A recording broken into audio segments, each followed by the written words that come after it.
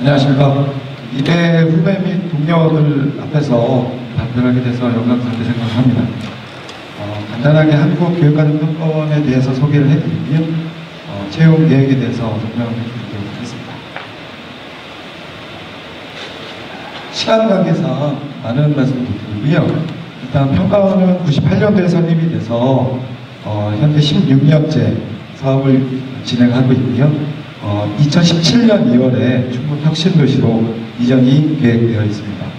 설립 목적은 고등학교 이하 각급 학교의 교육과정을 연구개발하고 학교 교육의 질적 향상 및 국가 발전에 기여함을 목적으로 하고 있습니다. 좀 어렵게 느껴지실 텐데요. 주요 기능에서 설명을 먼저 드리면 여러분들이 고등학교까지 배웠던 교과서, 결국 그 교과서를 근간으로 하는 교육과정을 연구 개발하고, 또 여러분들이 보셨던 수능, 그리고 사범대학에서 많이 준비하실 텐데 임용시험까지 교육에 관한 많은 부분을 커버하고 있는 기관으로 이해해 주시면 감사하겠습니다. 조직을 간단하게 설명을 해드리면요. 지금 방금 말씀드렸던 분야별로 조직이 되어 있고, 연구직과 행정직이 행정직으로 구성되어 있습니다. 사업 예산은 한 1,500억 정도 사용하고 있고요. 인문사회 분야의 연구원으로서는 좀 큰 규모의 예산을 집행하고 있는 기관입니다. 인원은 연구직 182명이고 행정 전문직은 89명입니다. 대부분의 정부 출연 연구기관들은 연구직들이 많으시고 행정 전문직 지원 인력으로 되어 있는데요. 평가원의 경우에는 수능, 교과서 검정 등 정부의 국책사업을 집행하는 기능이 있기 때문에 행정 전문직의 인력도 89명 정도로 다른 연구원에 비해서 높은 수준이다라고 말씀드릴 수 있습니다. 주요 기능은 교육과정 교사학습 연구를 하고요. 교과서 검정 및 연구를 하고 있습니다. 교육평가 연구를 하고 있고요. 수능, 그리고 지금은 사실 정책적으로 좀 보류가 된 니트 시험을 주도적으로 연구하고 관리하는 기관이었습니다. 그리고 각종 국가고사 출제 관리를 맡고 있습니다. 지금 구체적으로 주요 사업을 설명을 드리면요. 국가교육과정은 여러분들 좀 이해 쉽게 말씀을 드리면 문이과 통합형 교육과정 개발이 지금 이슈가 되고 있습니다. 여러분들 후배들이 지금 학교에서 배우는 과정이고 수능에서 이제 문이과 통합형으로 나온다는 교육부의 정책을 뒤에서 지원하는 연구 개발을 하고 있는 것입니다. 국가 수준 학업 성취도 평가는 여러분들이 다른 용어로 많이 알고 계실 텐데요. 일제고사. 전국의 동일한 학년의 학생들이 시험을 치는 중학교 3학년, 고등학교 2학년이 대상이 돼서 전국 단위 시험을 치게 됩니다. 그런 부분에 이제 연구와 행정이 같이 들어가서 출제 및 출제를 하는 부분들은 연구 전문화, 그리고 이 시험에 대한 결과 분석 및 문항, 출제를 기획하는 부분들이 연구직으로 이해하시면 쉬울 것 같습니다. 국제학업 성취도 평가에서 여러분 뉴스에서 많이 보셨던 학업 성취도가 높다라는 뉴스의 근간은 한국교육과정평가원에서 OECD 피사 시험을 주관을 하고 그 결과를 분석해서 각 언론기관 및 교육부에 보고한 내용입니다. 그래서 수학이 1등이다, 과학이 2, 3위다, OECD 국가 중에 문제 해결력이 1등이다 라는 기사는 모두 한국교육과정평가원의 연구보고서를 근간으로 하고 있다는 말씀 전해드립니다. 팀스도 피사와 마찬가지로 팀스는 이제 수학과학 성취도에 대한 국제적인 시험입니다. 이 시험을 한국에서는 평가원이 주관하고 있습니다. 교과서 검정은 여러분들이 학교 현장에서 교과서를 받기 위해서는 검정이라는 국가 평가 절차를 거치게 됩니다. 거친 교과서만이 학교 현장에 보급이 되는데요. 물론 좀 자세하게 말씀을 드리면 국정검정, 인정은 나뉘었지만 평가원은 교과서 검정 업무를 담당하고 있습니다. 수능은 크게 설명을 안 드려도 여러분들이 다 한 번씩 시험을 치실 그 시험이기 때문에 크게 설명을 안 드리도록 하겠습니다. 그 외에 평가원에서는 중등 임용시험과 초등학교, 초등교사 임용시험, 고입선발, 중입, 고입, 모절 검정고시를 출제, 인쇄, 채점 관리를 시행하고 있습니다. 국내외 여러 기관과 지금 평가원은 교류를 하고 있고요. 그 외에 지금 글로벌한 그 기관으로 지금 성장하기 위해서 오늘도 많은 연구와 그 업무에 매진을 하고 있습니다. 이어서 채용 관련해서 간단하게 말씀을 드리겠습니다. 좀 전에 기능적으로 설명을 드렸지만 연구직과 행정 전문직 채용으로 구분이 되어서 저희가 공고를 하고요. 대부분 신문 또는 그 평가원 홈페이지의 채용 공고란을 통해서 결혼이나 인력 충원이 필요할 경우에 공고를 통해서 하고 있습니다. 매년 상반기, 하반기 연 2회 정도로 3월과 7월, 8월 정도에 결혼이 발생하면 공고를 보통 내고 있는데요. 결혼이 발생하면 그 기간이 아니더라도 공고를 하게 됩니다. 그래서 홈페이지에 들어오셔서 상시적으로 관심을 가지셨으면 응시 자격입니다. 국책 연구기관이다 보니까 연구직은 기본적으로 부연구위원은 박사학위 이상 소지자, 전문연구원은 석사학위 소지자인데요. 전문연구원의 비율은 조금 작습니다. 대부분 182명의 저희 연구원이 계신데 대부분 박사학위 소지자라는 점을 말씀을 드리고요. 행정 전문원의 경우에는 학력 제한이 없습니다만 대부분이 학사학위 이상의 그 학위를 가지신 분들이 일하고 계십니다. 행정적으로는 많은 비율은 아니고요. 지금 현재 두 분이 계신데 고전 채용이 국가정책으로 채용이 채택이 되면서 두 분이 지금 일하고 계십니다. 올해부터 적용되는 특이사항으로는 공통자격을 보시면 되겠지만 충북지역 대학 출신 응시자의 소리 전형에서 가산점을 부여하고 있습니다. 그래서 이 부분은 지속적으로 유지할 계획입니다. 간단하게 채용 절차를 설명을 드리면 연구직은 연구실적물에 대한 질평가, 양평가를 하게 되고요. 연구계획 2차로는 연구계획서 및 계획서 작성 능력 및 공개발표 능력을 평가하게 됩니다. 최종적으로 면접을 통해서 그 합격자를 선정하게 되고요. 행정정보직의 경우에는 1차 서류심사가 있습니다. 서류심사는 평가원에서 제공한 기본적인 그 서식에 맞춰서 작성해 주시지만 주로 자기소개서에 그 일관된 어떤 경력이나 이런 부분들을 평가하게 됩니다. 그런 부분들을 중점적으로 심사를 하게 되고요. 2차에서는 인적성 검사 및 논술 시험을 보게 됩니다. 여기서 3배수 정도의 후보군들을 모시고 면접을 거쳐서 최종 합격자를 선발하게 됩니다. 아쉽게도 지금 2014년 채용은 상반기에 완료가 됐습니다. 다만 평가원 아까 272명의 직원이 있다고 말씀을 드렸는데 그 외에 저희가 프로젝트별로 그 계약직 인원이 100명 정도 같이 근무를 하고 계십니다. 그래서 그분들은 매월 상시 채용을 하고 있고요.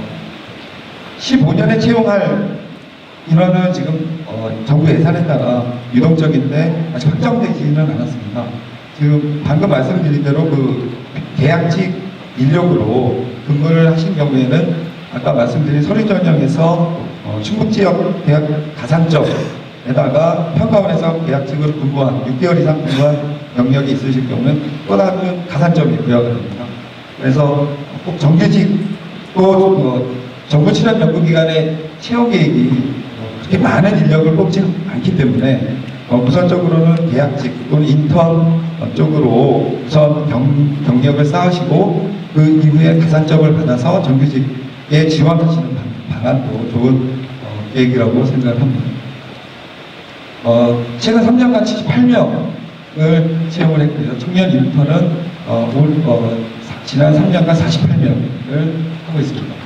이전 계획은 아까 그 총괄 관장님께서 말씀을 해주셨지만 평가원이 있는 지역은 저희는 입구 쪽이라고 하는데 입구 쪽에 위치하고 있습니다. 전체적인 혁신도시의 맨 앞쪽에 위치하고 있다라는 점을 말씀을 드립니다. 청사 신축 규모 등은 제공해드린 자료집으로 대체를 하도록 하겠습니다. 인재상은 지금 말씀을 드리지만 국가교육에 대한 창의 인재 공공성에 대한 어떤 뜻이 있으신 분들은 누구나 지원하실 수 있고요.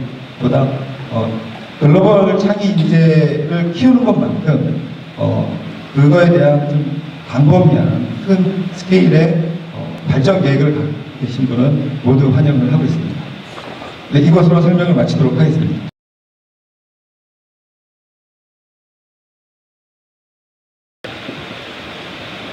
그 지역 인재의 가산점을 주신다고 하는데 여기 색깔 보면은 정확히는 안 써 있더라고요. 다른 기업에 써 있는 데도 있는데 그래서 어느 그 가산점이 정확하게 어떤 기준으로 되는 거고 어떻게 적용되는가 서류에서만 적용되는지 아니면은 전체적인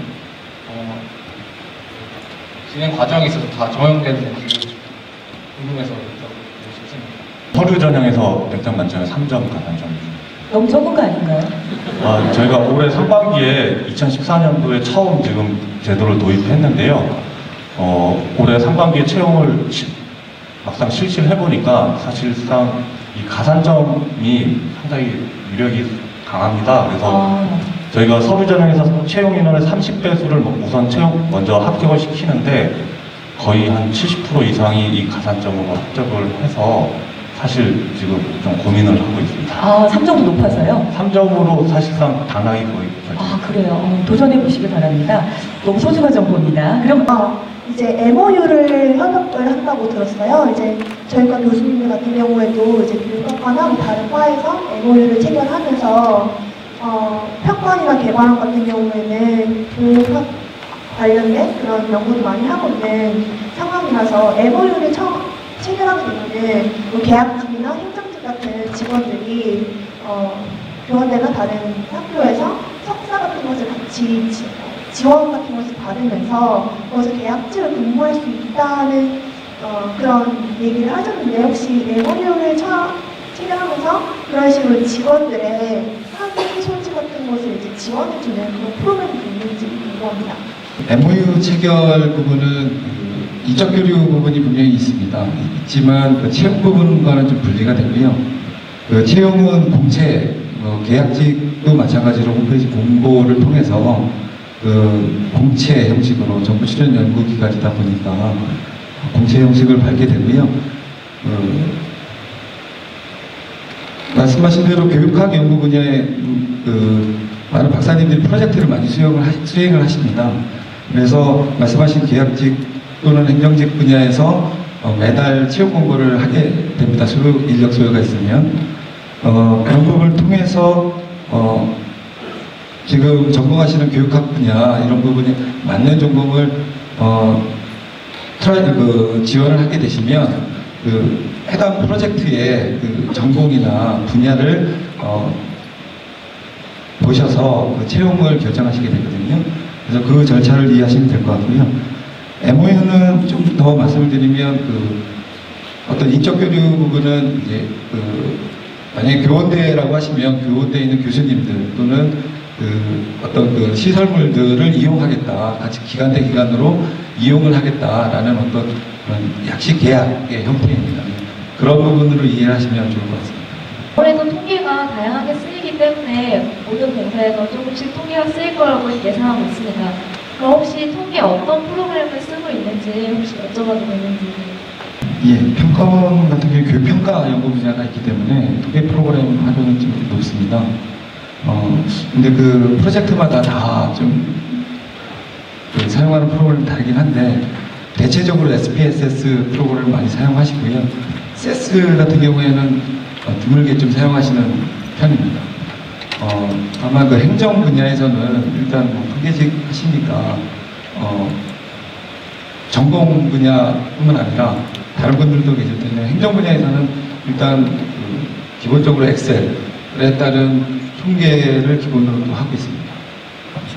네. 한국교원대학교 교육학과 교수입니다.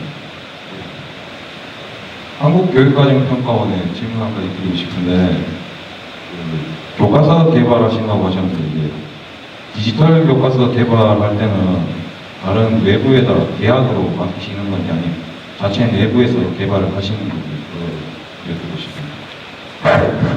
예. 한국교육과정평가원에서는 직접적으로 교과서를 개발하는 건 아니고요. 그 민간 업체가 개발한, 민간 출판사가 개발한 그 교과서를 교과서에 지위를 붙일 수 있느냐, 교과연구소에 지위를 붙일 수 있느냐 없느냐를 국가가 제시한 기준에 맞춰서 심사를 하는 기관입니다. 그래서 지금 말씀하신 부분은 제가 말씀 못 드린 부분이기 때문에 검정으로 이해를 해주시면, 심사라고 생각을 해주시면 감사하겠습니다. 그러면 디지털 교과서도 민간 업체가 따로 제작을 디지털 교과서의 경우에는 지금 검정도서로 중학교 사회 1 부분에 대해서 작년에 검정이 있었습니다. 그러니까 기존의 언론에서 2015년에 전면적으로 다 도입한다는 언론 보도가 있었는데, 지금 정부 정책은 단계적으로 연구학계의 결과를 연구해서 그 결과에 따라 점진적이고 단계적으로, 다만 그제 어떤 세미나에 있어서는 문이과 통합형 교육과정이 개발될 때 디지털 교과서도 어느 특정 부분의 교육과정에 반영을 하겠다라는, 해야 한다라는 주장이 나온 걸로 알고 있습니다. 그래서 점점 확대될 것으로 이해는 하고 있는데, 아마 현재는 그 중학교 사회 1에 한해서 당연히 검정을 했고 6개 업체, 그러니까 6개 출판사가 검정에 출원한 걸로 알고 있습니다. 대학교 지금 석사과정을 사업교육과에서 재학 중에 있습니다. 먼저 한국교육과정평가원에 먼저 질문드리고 싶은데요. 그 홈페이지 보니까 매월 비정규직을 뽑으시던데, 이게 이제 정규직이 되기 위한 가산점으로 교육이 될 수 있는지, 이제 7, 8월 달에 뽑으신다고 했잖아요. 그때 이제 조금 더 가산이 될지 이게 궁금합니다. 그 정규직 채용 시 행정 전문직에서는 그 비정규직과 인턴 근무 경력을 가산점으로 저희가 부여하고 있습니다. 하지만 그 박사급 이상 연구직 채용을 할 경우에는 그 아직 그 가산점, 근무 경력에 따른 가산점을 부여하고 있지는 않습니다. 대학 중국대학 사범대학 윤리교육과 이번에 졸업한 학생입니다. 저는 일단 한국교육과정평가원 분들한테 질문을 드리고 싶은데요. 여기 책자에 나눠준 거 보니까 행정 같은 경우에 자격 조건에 영어가 안 써 있던데, 제가 알기로는 행정의 자격 조건에 토익 750점 이상 정도의 자격이 필요하다고 알고 있는데, 이게 뭐 사라진 것도 이게 뭐 삭제가 된 건가요? 아니면 안 써놔져 있는 건가요? 네. 예, 저희가 자료를 만들 때는 이제 연구직, 행정직 전부 다 이렇게 공통적으로 넣다 보니까 그 내용이 안 들어가 있는데요. 말씀하신 대로 저희는 그 영어, 뭐 토익 같은 경우에 750점 이상을 그 응시 자격으로 넣어 있습니다. 그래서 뭐 900점, 뭐 800점 점수가 높다고 해서 더 가점을 부여하진 않고요. 그냥 기본적으로 750 이상이면 다 동일하게 그 채용을 절차를 진행하고 있습니다. 그리고 2차 시험, 2차 같은 경우에는 논술이 있는 걸로 알고 있는데, 대체적으로 어떤 문제를 위주가 나오는지 모르겠습니다. 지금 기존의 논술 시험을 저희가 운영을 했었는데요. 지금 현재 2014년, 지금 현재에서는 논술 시험은 저희가 지금 실시하지 않았습니다. 아마 당분간은 실시하지 않을 것으로 예상하고 있습니다. 저는 충북대학교 국제경영학과에 재학 중인 차원영이라고 합니다. 저는 공통적인 질문 2가지를 드리고 싶습니다. 첫 번째는 아직 가스안전공사를 제외하고는 향후 이전 계획을 가지고 있는 기관들이라고 알고 있는데, 지금 채용이 된다면 실제 근무지는 어디가 되는지 알고 싶습니다. 네, 그리고 두 번째는 아까 말했듯이 가스안전공사를 제외하고 나서는 이전 시기가 뭐 이번 년 7월, 9월 아니면 내후년으로 알고 있는데, 아무래도 지금 근무지가 수도권이다 보니까 이전을 하게 됨으로써 여기가 지방이라서 안 오는 이직을 하거나 해서 그 직원들에 대해서 공석이 생길 것 같은데, 그로 인해서 채용이 더 늘어날 수 있는지, 아니면은 그 직원들이 뭐 크게 이직을 하지 않고 여기까지 따라와서 다 근무를 하는지, 어떤 식으로 예상을 하시는지 좀 궁금합니다. 17년 초로 지금 저희는 이전을 지금 예상하고 있고요. 그 전까지, 그러니까 15년에 만약 채용을 하게 된다면 15, 16년은 저희가 서울 중구 정동에 저희 회사가 위치하고 있습니다. 거기서 우선은 근무를 하게 될 예정입니다. 아, 그렇군요. 17년은 좀 머네요. 저희가 아직 아직 건물이 아직 짓지 안 팔려서요. 비싼 교원대에서 온 학생인데요. 교원대 같은 경우에는 임용시험을 준비하느라고 대외활동이나 수상경제 이런 게 거의 없는 경우가 많은데 이런 것들이 중요한지 궁금하고요. 두 번째로 대학 학점, 성적이 중요한지 궁금합니다. 평가원 같은 경우에는 대외 활동 경우는 자기소개서에서 자기소개서를 작성할 때 질문 중에 하나로 뭐 이렇게 있긴 합니다. 근데 뭐 대외 활동이 뭐 전혀 없다고 해서 뭐 작성을 못 하시거나 그러진 않고요. 그래서 뭐 절대적인 기준이라고 뭐 말씀드릴 수는 없을 것 같습니다. 그다음에 학점 같은 경우는 저희는 서류 전형에서 일체 그 학점을 보지 않습니다. 그냥 아예 다 출신 학교, 학점 전부 다 가리고 서류 전형을 진행하기 때문에 학점은 전혀 반영되지 않고요. 다만 이제 최종 면접에 갔을 때 면접관에게는 이 학점이 다 제공이 됩니다. 그래서 면접을 보면서 아무래도 이제 그 참고를 하게 되게 됩니다. 하지만 뭐 학점이 낮다고 해서 뭐 어떤 점수에 불이익을 주고 뭐 그런 것은 없었습니다. 이상입니다. 네. 이 노하우는 사실 시간이 조금 길어질 것 같습니다. 사실 저도 이제 이거 나중에 여쭤보려고 했는데요. 그렇다면 정책연구원부터 이번에 선배님들만 대답해 주시죠. 네. 선배님들께 한번 여쭤보겠습니다. 토익 점수가 있는지 1번, 스펙 자격증 정말 필요하다고 느끼는지 2번, 3번, 노하우는 무엇이다. 이렇게 세 가지로 선배님들께서 한번 대답을 해주시면 감사드리겠습니다. 저희는 750점 말씀을 드렸었는데 어떤 객관적인 기준으로 절대 같이 이제 아까 이사 담당자도 얘기했지만 990과 750의 차이는 없습니다. 750을 넘으면 서류 전형에 기억을 하시고요. 자격증은 저희는 자격증에 일정한 뭐 가산점을 부여하거나 그런 부분은 없고요. 다만 입사 노하우하고 좀 연결을 해서 말씀을 드리면 저도 심사를 하다 보면 단절이 되는 거죠. 자기소개서에 경력을 쓰는데 그 외에 필요한 이래서 자격증이 왜 필요한지를 느끼고 자격증을 뭐 했다라는 부분이 아니라 그냥 남이 따니까 뭐 자기가 관심 있는 분야가 아니라 이거는 당연히 이건 그냥 아무 의미가 없는 자격증을 막 기술하는 부분들이 있는데요. 그런 부분들은 사실 좋은 점수를 받을 수가 없습니다. 자기 경력 관리라는 측면에서 본인이 어떻게 이 자격증을 왜 필요했고 또 어떤 목적으로 이 자격증을 땄는지에 대해서 그 자소서에도 분명히 기입을 하셔야 되거든요. 근데 하나의 칸을 채우기 위한 자격증은 크게 의미를 못 받는 것으로 저희가 채점을 하고요. 일단 제가 선배가 아니어서 근데 입사 노하우는 저의 경우에는 지금 호랑이를 잡으러 호랑이 불에 들어간 거였는데요. 저희가 IMF 세대 잘 아시잖아요. 그때 이제 공기관이 좀 인기가 있으면서 공공기관에 대해서 전혀 몰랐던 정보를 이제 직접 그쪽에 계약직으로 우선 들어가서 그때는 제가 엑셀도 몰랐었거든요. 그래서 근데 들어갔더니 엑셀도 필요하고 액세스도 필요하고 또 법학적인 행정법적인 지식도 필요하다. 그래서 그런 부분들로 차근차근 준비를 해서 결국엔 이제 평가원에 입사를 하게 되었습니다. 그래서 이런 부분이 좀 도움이 되셨으면 좋겠습니다. 네. 이전을 하려면 2, 3년이 남은 거잖아요. 그러면 이전할 때까지 꾸준히 채용을 하실 건지 아니면 이전 이후에 대폭으로 채용을 하시는지 여쭤보고 싶어요. 평가원에서도 그 결혼 발생 시 저희 상반기, 하반기에 나눠서 계속 채용을 할 예정입니다. 연구직과 행정직 신입사원들의 평균 나이가 궁금하고 또 하나는 그 채용 과정에서 채용 과정에서 서류 지원자들의 나이에 어떤 불이익이 있는지 궁금합니다. 같은 경우에는 뭐 최종 합격을 한 인원들을 보면 보통 남자들은 뭐 군대 갔다 와서 뭐 28에서 35세 미만이 보통 채용이 다 됐었고요.